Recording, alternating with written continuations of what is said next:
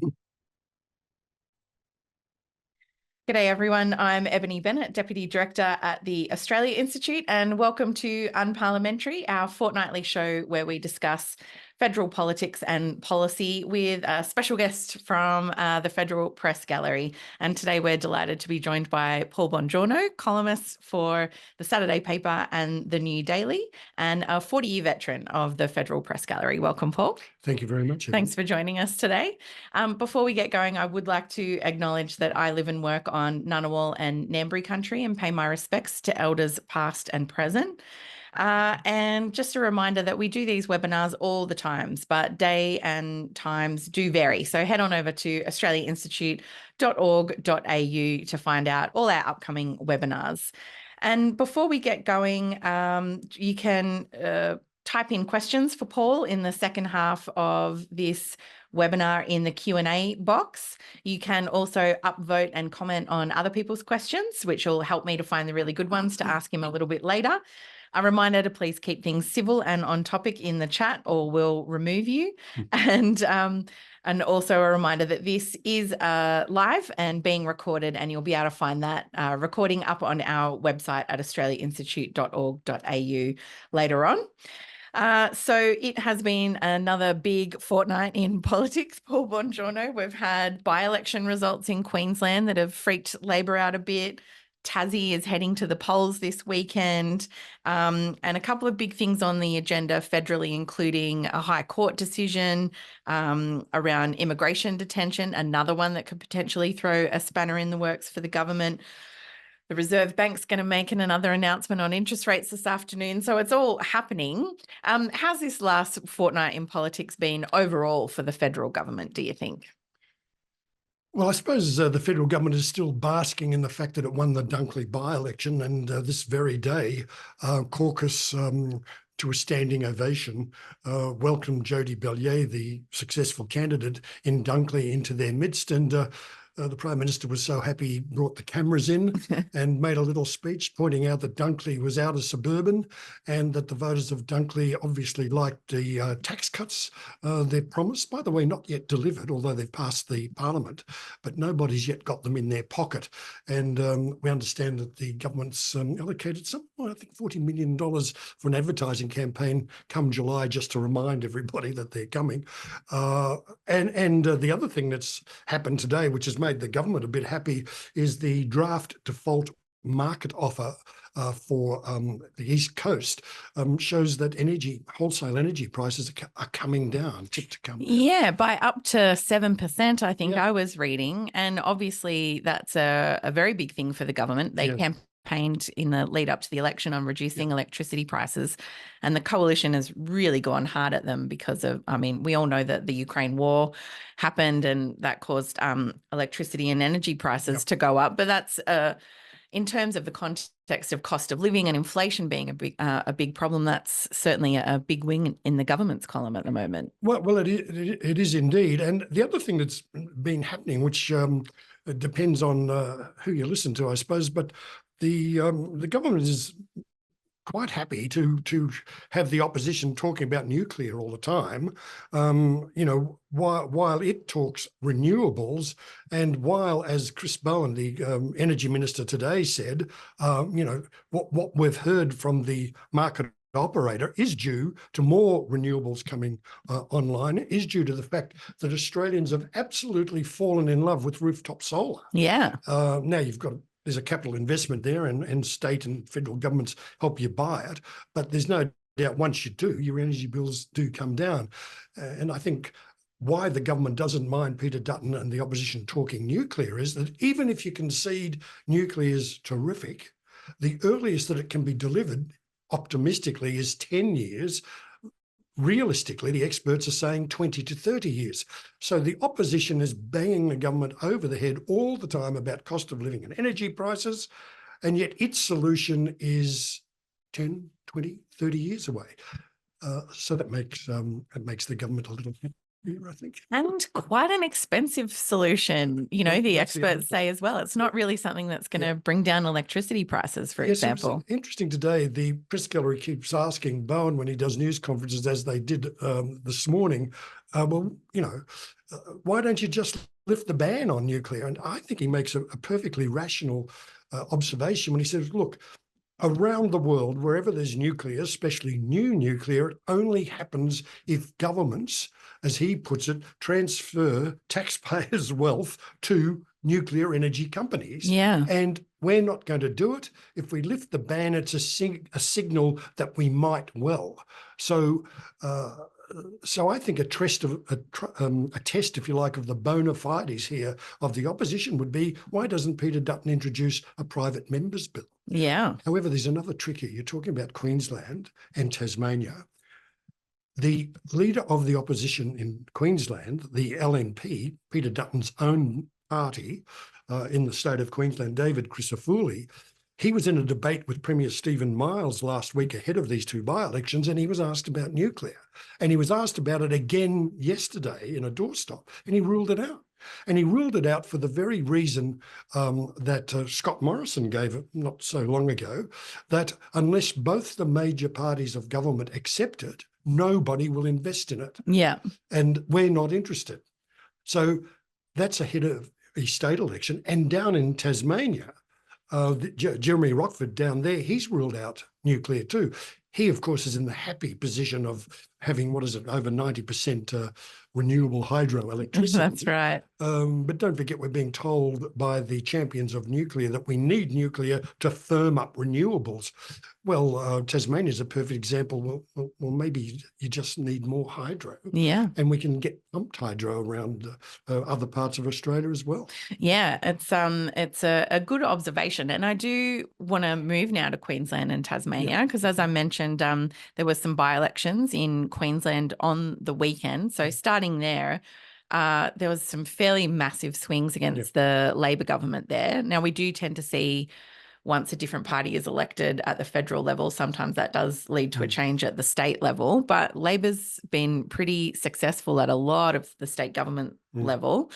And they've got big cause for concern there. The swings were quite enormous. I think there's a few points to make, in a sense, to context it. The two seats were Ipswich West, which has been rock solid Labor for decades, and that's because Ipswich, of course, has been a coal mining town up there, very blue collar.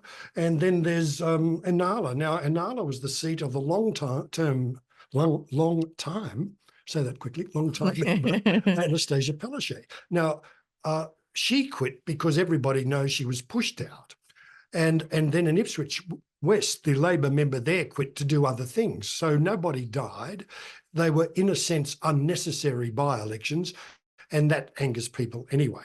But added to that, the reason why Anastasia Palaszczuk quit was because the perception, and this showed up in Labor's own polling, but it also showed up in the published polls like News Poll up in Queensland, that she was drifting badly and seemed to have lost interest, and her numbers had crashed through the floor.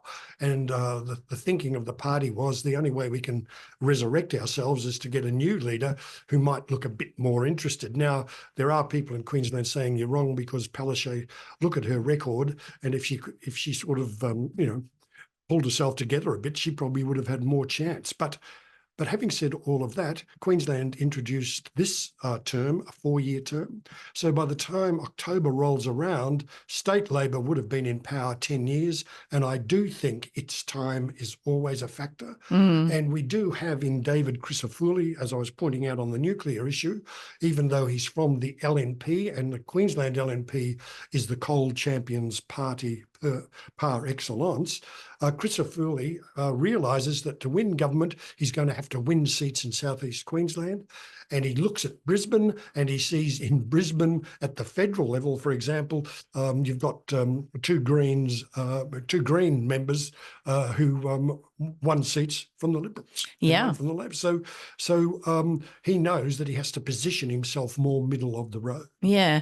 And the Greens actually they had quite a big swing towards them as well at the by-elections. Well, not so much in the state by-election as in City Hall, because local government elections were held, and it looks like the Greens have picked up 2 seats. They were hoping to pick up more.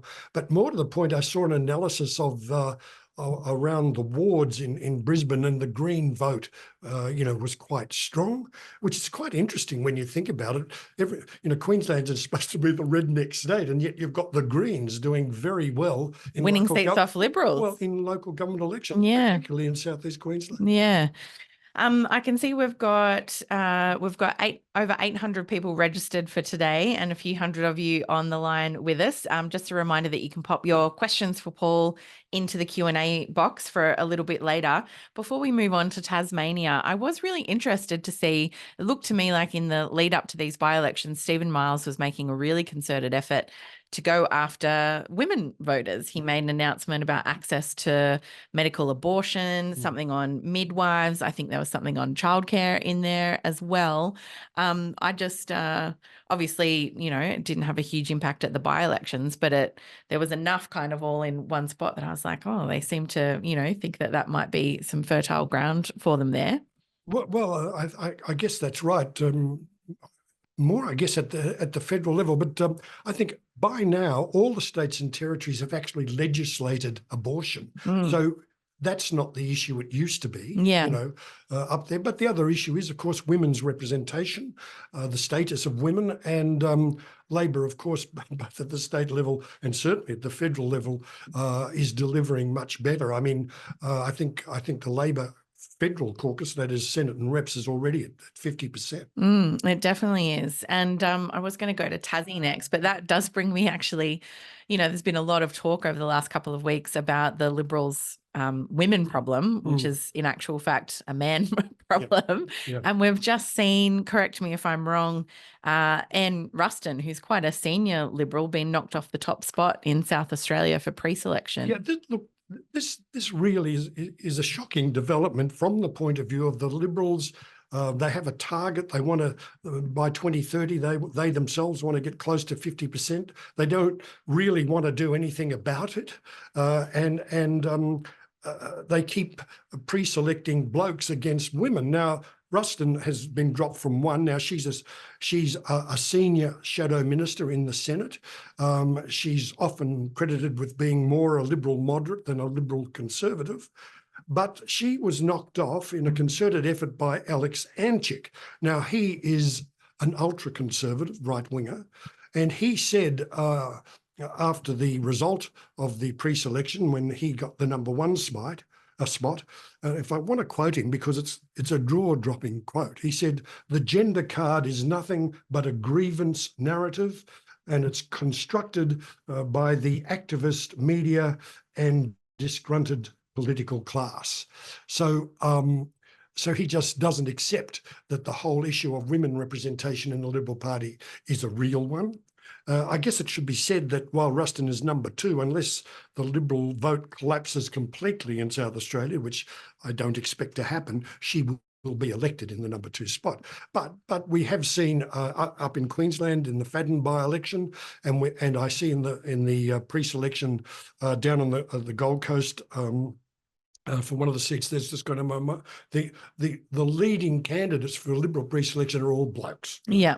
So how they're ever going to lift their representation is a bit of a mystery. Although I do see, and it's been touted around the gallery, that Dutton had a bit of a win on the weekend when the bloke who was going to challenge Melissa McIntosh in Sydney has been encouraged to withdraw and has, in a gentlemanly fashion, withdrawn.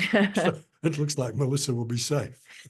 Well, that's one woman at least. But yeah, they've really not done a good job of hitting their targets for equal representation. By the way, you will notice that one woman because she always sits just behind the leader in question. Strategically placed.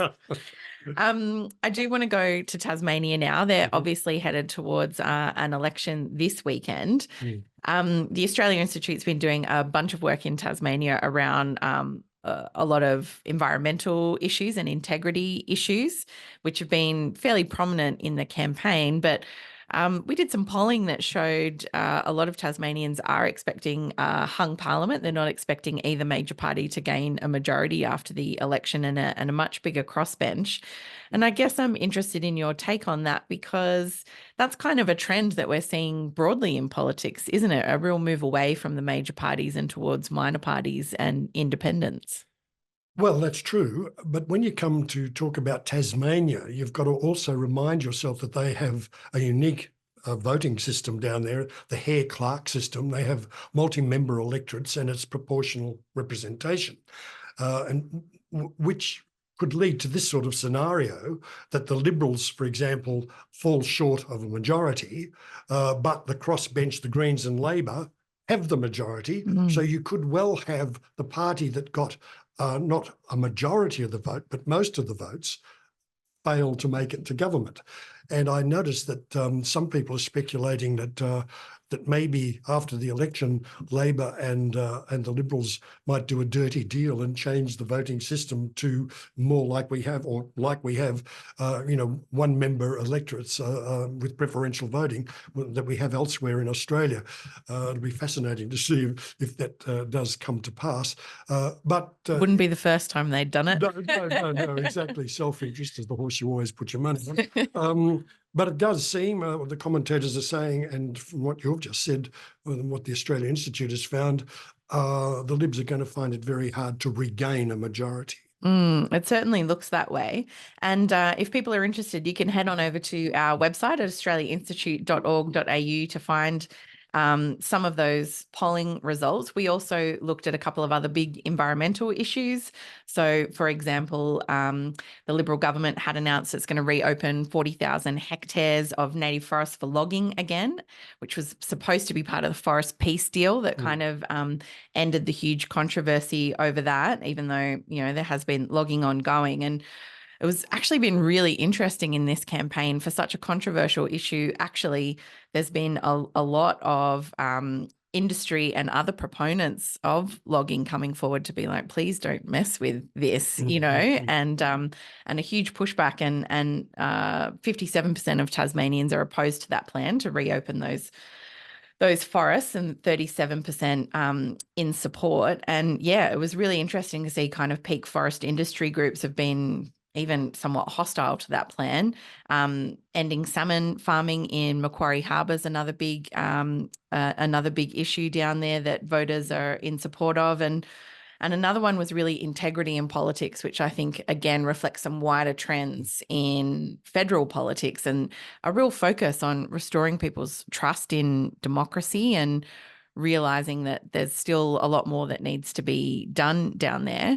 And a lot of independent candidates signing up, to really put the focus on integrity reforms in Tasmania's parliament, as well as key independents signing on to end native forest logging, a pledge for that. So, yeah, a lot of, I think, issues reflected from the federal kind of sphere in that.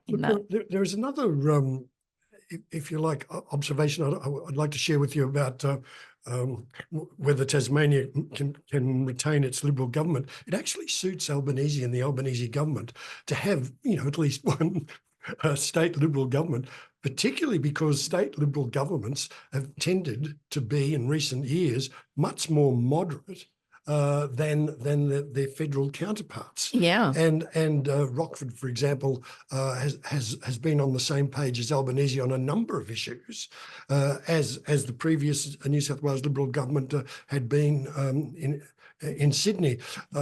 Look, having said that, Albo's certainly not going to go down there and campaign for Jeremy Rockford, and he obviously would like to see state Labor win, and he has done a bit of campaigning down there for them. Yeah.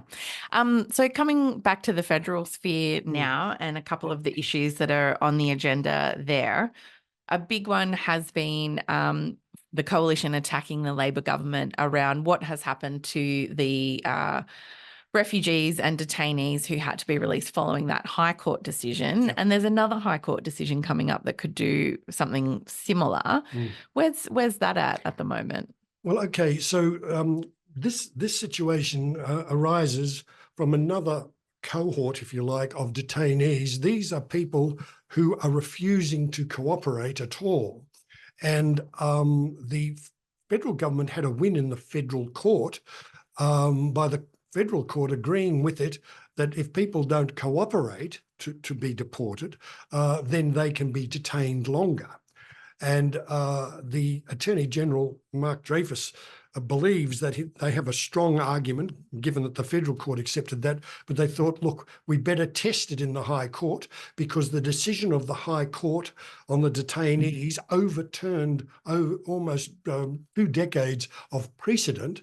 But I must say that the current High Court corrected basically an injustice and a usurpation of our system of government.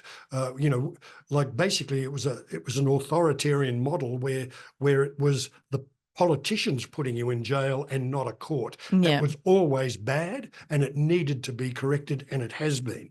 So, however, as is pointed out even by a conservative constitutional commentator like Greg Craven, he points out that the attacks on the government over this decision by the High Court are simply wrong. That there is no way you can just legislate away a decision of the High Court. You can legislate in light of it, which they tried to do. In other words, something else we should keep in mind, these detainees, if they have committed crimes, they've done their time. See, they've done, and already in other areas, people, bank robbers, rapists and murderers, when they've done their time, we let them out. Yeah. And that's always something of a risk. So that's it. And you will notice that the opposition always talks about, hardened criminals, rapists and murderers. But the point is it completely out of control? And is Australia going to be flooded with people who are a definite threat to our security? Well, I think that is overblown and an exaggeration. Yeah. And I think the test of that is that in all the interviews given by Dan Tehan and others, and even by Dutton himself, they can't come up with a solution. The solution that was legislated before Christmas was in fact theirs. The government accepted their model of legislation. Yeah. They then say, well, why haven't you put people back in detention? Well, you can't just put them back. A court has to do that. And you have to come up with legal arguments that the court will accept. Yeah. And it has been pointed out that if they were in government, they'd have the same problem. However, they're happily not in government, and they can make merry and make out that the government is out of control and lost control. I've got to say this to you, Andrew Giles, the minister. Now he has Albanese's complete confidence, but his record is a human rights lawyer. Yeah, he was arguing on the other side to John Howard at the time of Tampa. And the opposition are using this to show his heart's not in it. If you had someone there who really wanted to do something, they would have done it by now. Well, Greg Craven, in a piece he wrote yesterday in The Australian, pointed out these calls for the government to have already had legislation ready to go before they knew the reasoning of the High Court is simply absurd. Yeah. And that applies to this cohort too. The government has to see what the High Court does. If the decision goes the government's ways, if you like, that's a guardrail that they now have. Yeah. And yeah, I've always thought it was odd, this idea, they've got to be doing something different when, like governments can't just ignore High Court rulings, well, not if you're a rule of law country, exactly. Not if you're a liberal democracy with the what do they call it? The separation of powers. Yeah. And as Greg Craven pointed out yesterday, the new High Court Chief Justice Gageler, he's a stickler for the separation of powers, and thank God for that. Yeah. What do we want? An authoritarian model? Yeah, absolutely not. So Paul, today you've written in your column in the New Daily about aged care and the political problem that has for the government, and some of the changing demographics that are now, I think, changing the electoral politics of how we pay for aged care. Can you tell us a little bit more about that and why that's a big issue at the moment? Well, it's a big issue at the moment because the cost of aged care is ballooning exponentially, already $27 billion a year. We've had any number of commissions, including royal commissions, that have shown that the whole system needs radical revamping, and that radical revamping does mean putting more money into it. Now, we've already seen this government doing that with raising the salaries of aged care workers, trying to make it more attractive for people to go into aged care. But a task force that was set up by Annika Wells, the Minister for Aged Care, it came back with recommendations that one way to alleviate the burden would be to ask older Australians who can afford it to contribute more to their care whether it's home care or residential care. And it's been pointed out by demographers, for example, Dr. Liz Allen from the ANU, that what's happening is the baby boomers, those who were born in the post-war years in the late 40s, well, they've been quite a large demographic going through, and it's been in the interests of governments to pander to them, to mollycoddle them. But the demographic, as Alan points out, is changing dramatically, and the millennials are becoming more important to governments. And I quote in the piece today, Peter Costello, the treasurer who introduced intergenerational reports, he used to say demography is destiny. Well, everyone thinks, oh, what's he talking about there? Oh, aging population. Well, really what he's talking about, destiny for governments. And if you don't take notice of where the biggest block of voters are and you don't look after them, well, they mightn't vote for you. Yeah. And that's sort of the dynamic that is now at work. And it's why Wells and the government is hoping that the opposition will see that it's not only in the interests of Australia and Australians that we do better with aged care, but it's in their interests, an alternative government, to support the sorts of changes that will help. Now, I have to say, and the latest quarterly essay is a profile of Peter Dutton. And and it doesn't fill me with much optimism that he will necessarily come on side here, because a lot that has contributed to the wealth of older Australians is the enormous concessions that the Howard government has given us as we save, as we accumulate, and also the way in which property is taxed has meant that the older generations are much wealthier thanks to these tax concessions than the younger generations are. And Dutton simply won't allow anything to go near negative gearing, capital gains tax concessions, or franking credits, something that Labor put up and failed miserably in 2019. So he probably would be more inclined to buy the sort of argument that Tony Abbott put up. Look, even if the government's got a good argument for something, vote it down because it makes them look like they can't deliver anything. Yeah. And maybe that's what may happen here. But Annika Wells said on the weekend, and Anne Ruston, the relevant shadow minister, said that she's prepared to talk to the government. So we can only wait and see what happens. Probably just ahead of the May budget, we'll see the response to that task force. I also thought it was really interesting. I think it was Liz Allen that you quoted, kind of talking about the fact that millennial voters are much less tribal and wedded to one party than the baby boomers used to be. That's also a really interesting development. Well, it really is. And as we saw at the last federal election, 30% of voters gave their first preference to other than the major parties. So that trend, looks like it's going to continue, along with the trend of the millennials becoming more politically influential. Yeah. Look, we're going to come to questions from the audience shortly, and I can see a few questions in there. But I did briefly want to come to the United States is also in an election year. Obviously, we've got the two candidates, Joe Biden and Donald Trump. But Trump's lawyers apparently saying that he can't post the bond. I think it's about $450 million in a civil fraud judgment that he's got. I mean, that's pretty nasty business for a presidential candidate, but just nothing seems to penetrate his popularity with his base. It's quite something. Well, it's frightening. And if you ever wondered how people like Mussolini and Hitler managed to get elected, in the 1930s, just have a look at what's happening in America right now. I mean,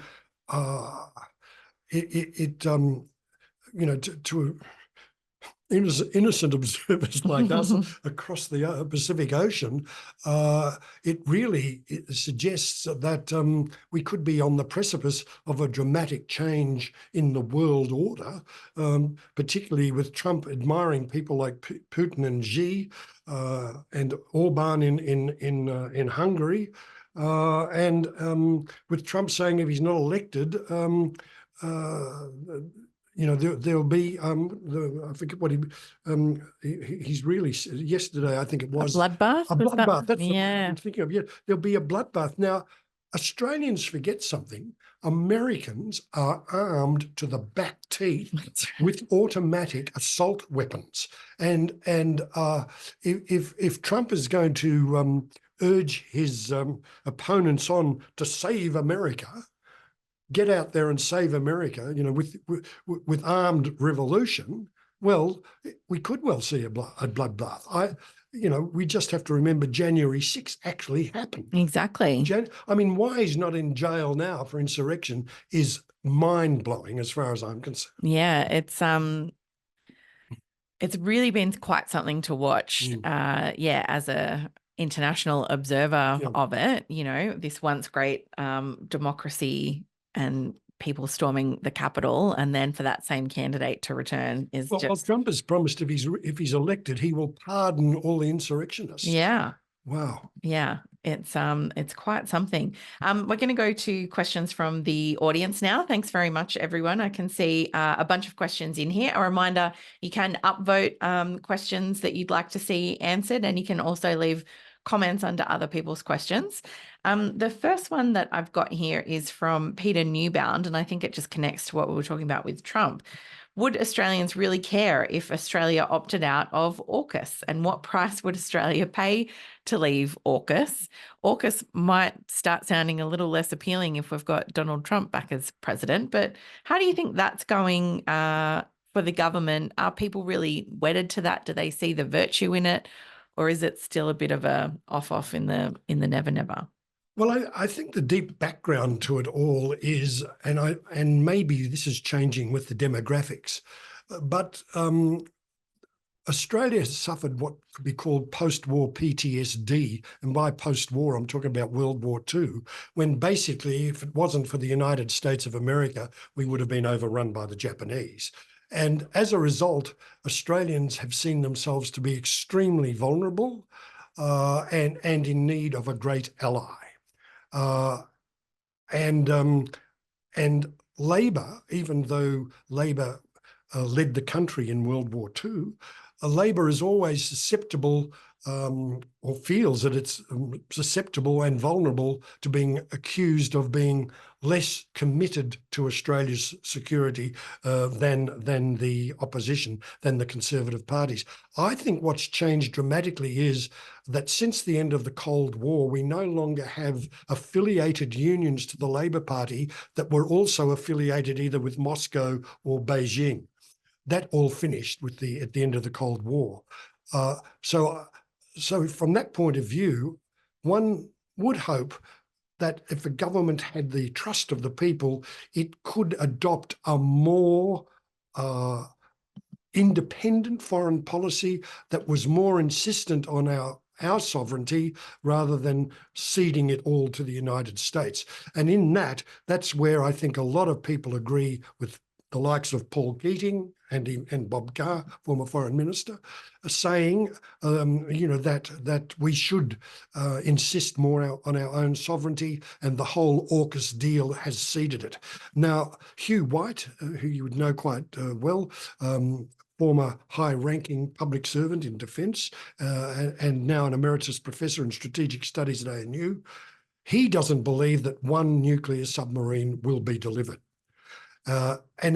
Ironically about Trump shows all the signs of being an American isolationist. And he might need convincing that America gives nuclear subs to Australia at a time when they've only got 50. They find it hard to make any more, and the Chinese, have got at least 100. Yeah. So that's fascinating. That sort of scenario going forward. I think the Albanese government would probably feel at this stage that it doesn't want to be crazy brave and send Australian voters the message that our great ally America can go jump. Yeah. If people are interested in Hugh White's views, he did speak to our senior researcher, Emma Shortis, about the essay that he wrote for Australian Foreign Affairs, the Journal. You should be able to find that on our website as well. And I think it's a really interesting one that won't kind of go away because it's such a long-term There's a lot kind more of to a thing. happen in this space. Absolutely.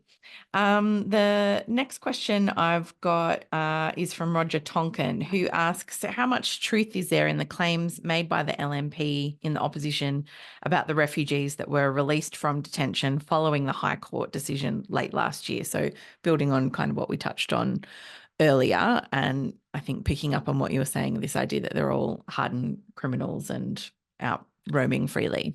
Yes, well, there's no doubt a good number of them are exactly that, hardened criminals, however, who have served their time. So the High Court had no problem, for example, putting someone who had committed a sexual assault in jail for whatever term the judge had given them. The High Court's got no problem with that. The High Court has a problem with people who are being detained indefinitely with no prospect in the shorter term of being deported. Now, I heard Dan Tehan today on radio suggest that the government should have lied to the High Court and said, oh no, there's still a prospect that we can deport them. But what does he think? The High Court judges are all dummies and saying, oh, well, you haven't been able to do it for 10 years, so when are you going to be able to do it? Yeah, when's this prospect going to there arrive? Would have been an interrogation of it. It's just, that's basically, silly stuff. For sure. The next question I've got is from Norman Saunders, who asks, is not the biggest problem with the cost of aged care another triumph of John Howard and bringing the for-profit sector into aged care? As you mentioned, and he says, and how can this be fixed? As you mentioned, we've had a couple of royal commissions. There's been a lot of serious problems in that sector. Is that still a real problem at the heart of it, that it shouldn't really be a for-profit model, I guess? Well, that's right. And I think that the reforms are actually inserting the government back into aged care in a much bigger way, so that those reforms that Howard brought in, which, they even changed the name from nursing homes, because there were no nurses anymore. Yeah. And some of the people that set up these nursing homes were big donors, like the Moran family of the Liberal Party. And we had a tragedy in our own family. I had an aunt who was a true blue Liberal, quite a wealthy woman, who in Brighton, Victoria, was in a Moran nursing home. And the night she died, my sister went there. She was in agony, and my sister looked for someone to come and look after her. She found one woman who was not a nurse, but she was the night staff. And she said, I've got too much, you'll have to look after your aunt. My aunt died later that night, not only of neglect, but she had suppurating bed sores. But if you looked at the nursing home, it looked like a 5-star hotel. I'm sorry to hear that. That's awful. Well, shocking. It was a few years ago, but that was the legacy of Howard's privatisation of aged care. And I think that the time is long overdue for us to look at the sort of reforms that Annika Wells is looking at now. And something that also has a long tail, there's not only the people who are in it at the moment, but you've got an aging population, that will obviously want to see bigger reforms, because no one wants to end up in that, that kind of situation as well. The next question that I've got is from Fiona, who asks, how do you see the next federal election shaping up, and is a hung parliament with the Greens and Independents holding the balance of power a possibility? Well, if you take all the published opinion polls, in the last 6 months or so, Labor's primary vote is perilously low, and unless it can lift it, as it had done in the first period of its government, unless it can lift it, on the latest polling that we saw, the latest news poll a week or so ago, it would look like a minority Labor government with, maybe 73, 74 instead of 77. What we forget about the last election was it was not a landslide win to Labor, but it was a landslide loss to the Liberals. Coalition. And the landslide loss was caused by those independents, the teal independents, as we call them. And what we know about independents, especially ones of the calibre that we now have, is once they get in, they're very hard to get out. And just talking about women and the Liberal Party, could you imagine how much more attractive in the broad political sense the Liberal Party would look if it had some of those teal independents in its ranks rather than on the crossbench? Well, exactly. And they are the kind of candidates that probably the Liberal Party would have fielded once upon a time. Yeah. And they just don't see the Liberal Party as a place for them anymore. Yeah. It's been a really interesting development. And I wonder too, a lot of them ran in Liberal seats, as you said, but there'd be a lot of other women and other candidates, I imagine, looking at how well the independents did at the last federal election and thinking, well, if they can do it, I could give it a go. Yeah, well, the trick is that they have to be community activists. That's right. And of course, we saw the model for that was Cathy McGowan and Indi. And I suppose a regional seat. A regional seat. Yeah. And traditionally that's where the independents have been in regional seats. Well, that's true. And it's interesting, Peter Andren up in the electorate of Clare, which has now got another, Andrew G left the Nats to become an independent. But at the height of the 2001 Tampa refugee crisis, Andren spoke. Andrew was against the Howard government's attitude on refugees, and he got a bigger return at that election. Yeah. The regional voters supported him more. Yeah. So a lot of our stereotypes fall down when you put them under the microscope. That's right. A couple of questions here related to what we were talking about with the US. So Peter and Kate have two separate questions here. Peter's interested on your view on whether the US is a bit of a broken democracy. And he references, given everyone is elected with problems and the politicization of the Supreme Court, gerrymandering, those kinds of things. And Kate is kind of asking about our defense policy and whether just hooking into the United States and its goals is really adequate for Australia.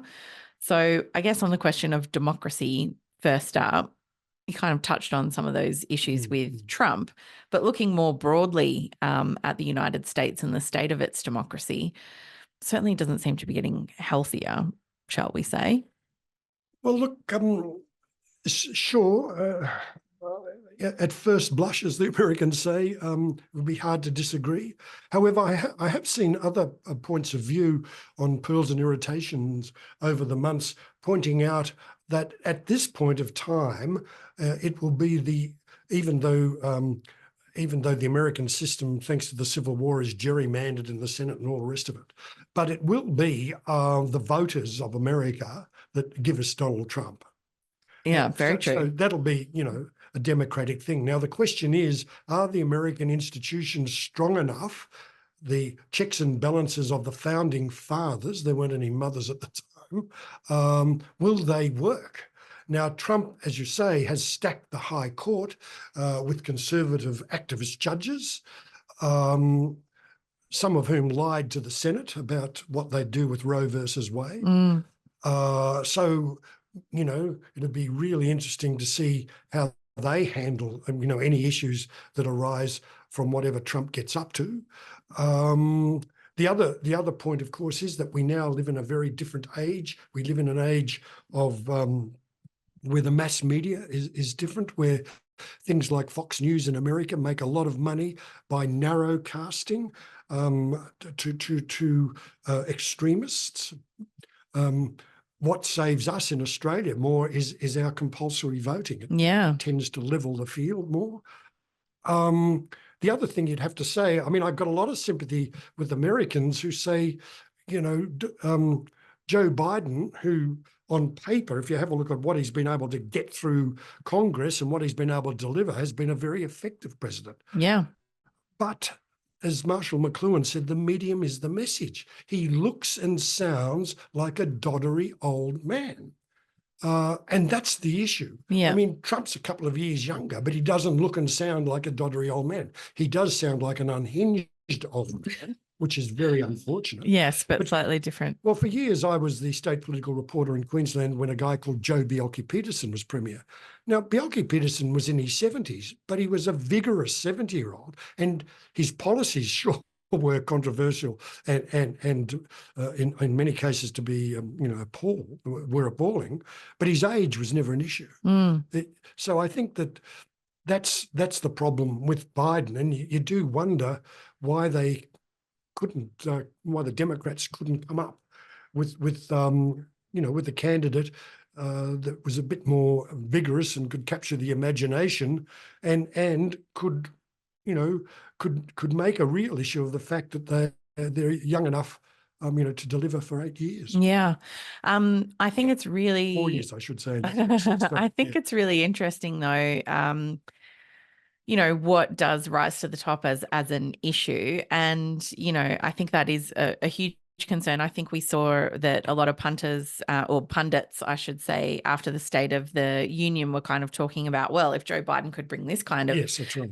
energy, he'd be doing kind of much better. But it is, really unfortunate that those are the choices that Americans are facing. Well, it's also been pointed out that Biden's been around a long time. Even as a young senator, he was one of these people that mangled his words. Yeah. He's never had a great facility, he's never been all that fluent. Well, famously he had a stutter as a kid. But and I guess the fact that he's overcome that, but it becomes an issue as people get older, and this is where ageism creeps in, and older people, I can tell you from experience, do tend to catastrophize when they can't remember names, when they forgot where their keys are.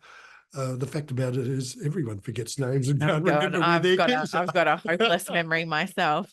But I was also really interested, and we'll move on after this. The question around the state of American democracy, it really struck me that after January 6th, prior to January 6th, when Trump was kind of contesting the election results, a lot of that revolved around individual people in that system making the right call or doing the right thing or upholding the Constitution.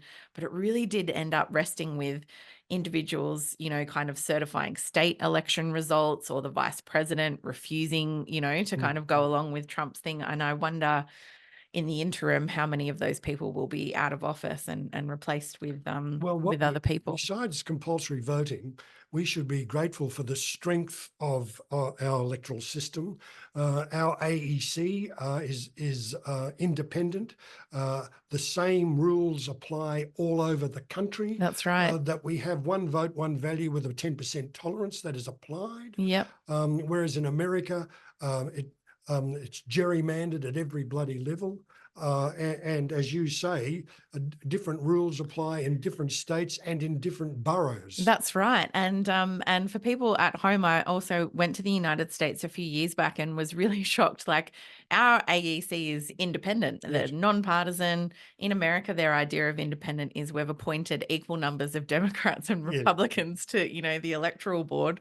It's quite a different approach. So yay for compulsory voting for a start, and another one for the AEC.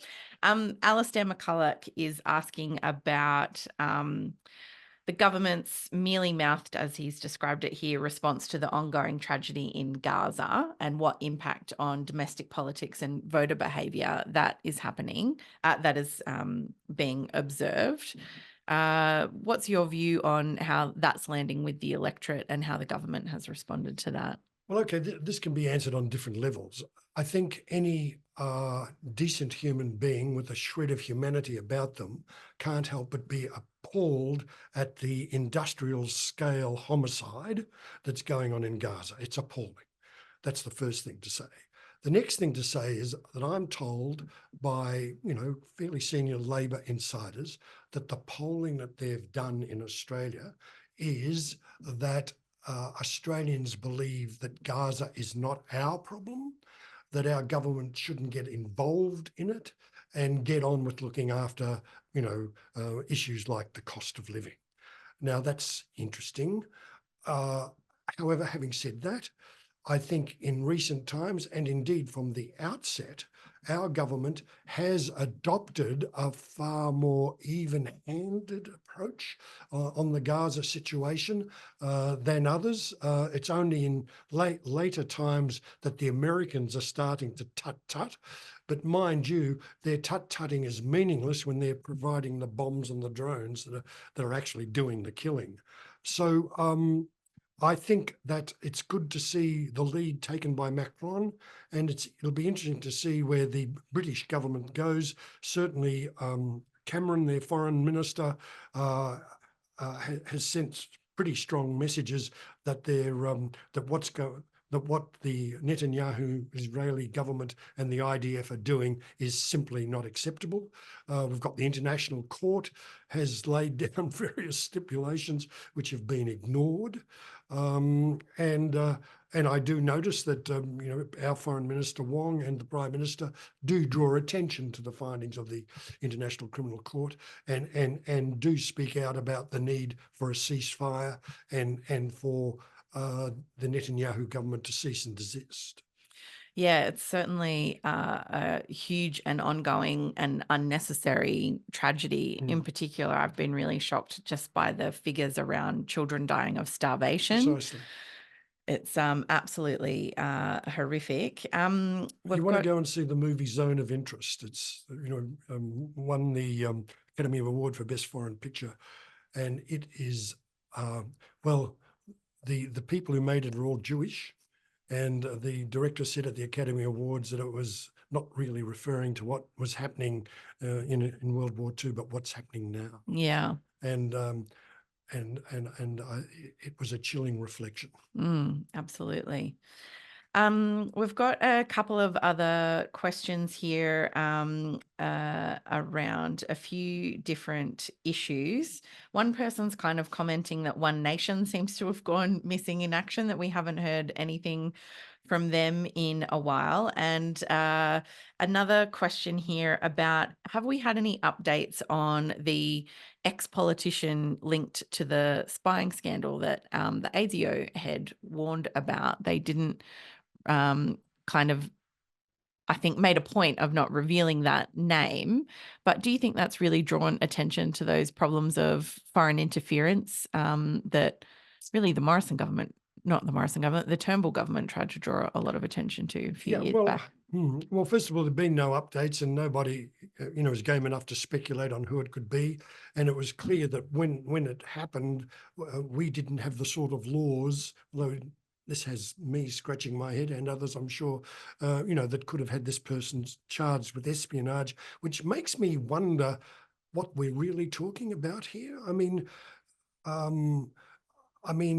is Paul Keating selling Australia out by reminding us that China is our biggest trading partner, that there is a contest in the Asia Pacific between America and China, and that we should be more nuanced in our approach? Now, is that selling Australia out? Is that what ASIO thinks? I don't know.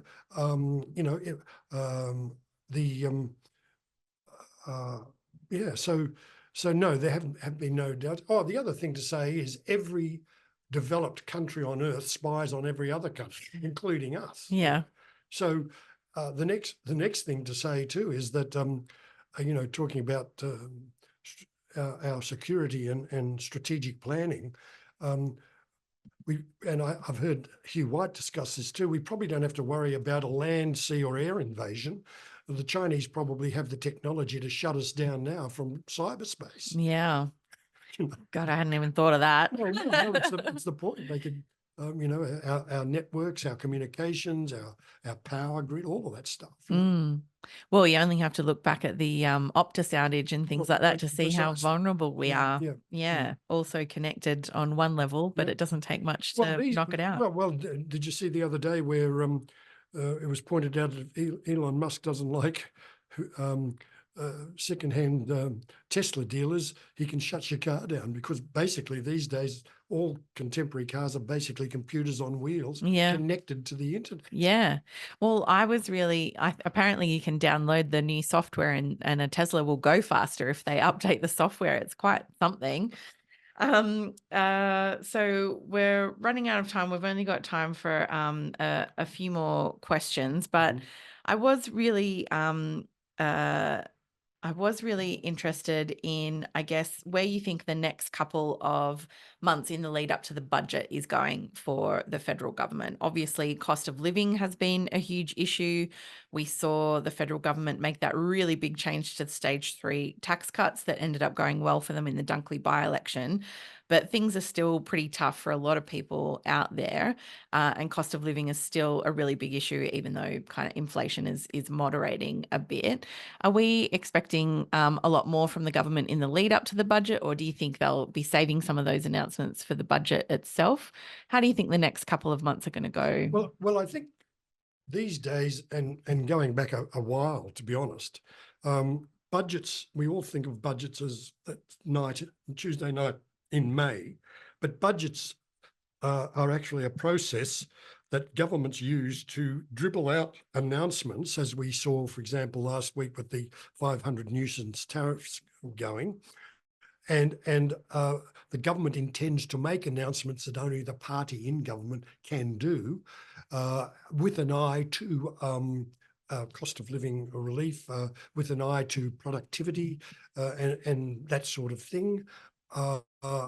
And then, of course, we'll see what happens in the May budget. Inflation is always a problem. You don't want to spend money in such a way that drives inflation, because inflation hits everybody, and the poorest the hardest. Yeah. You know, that's just the fact of the matter.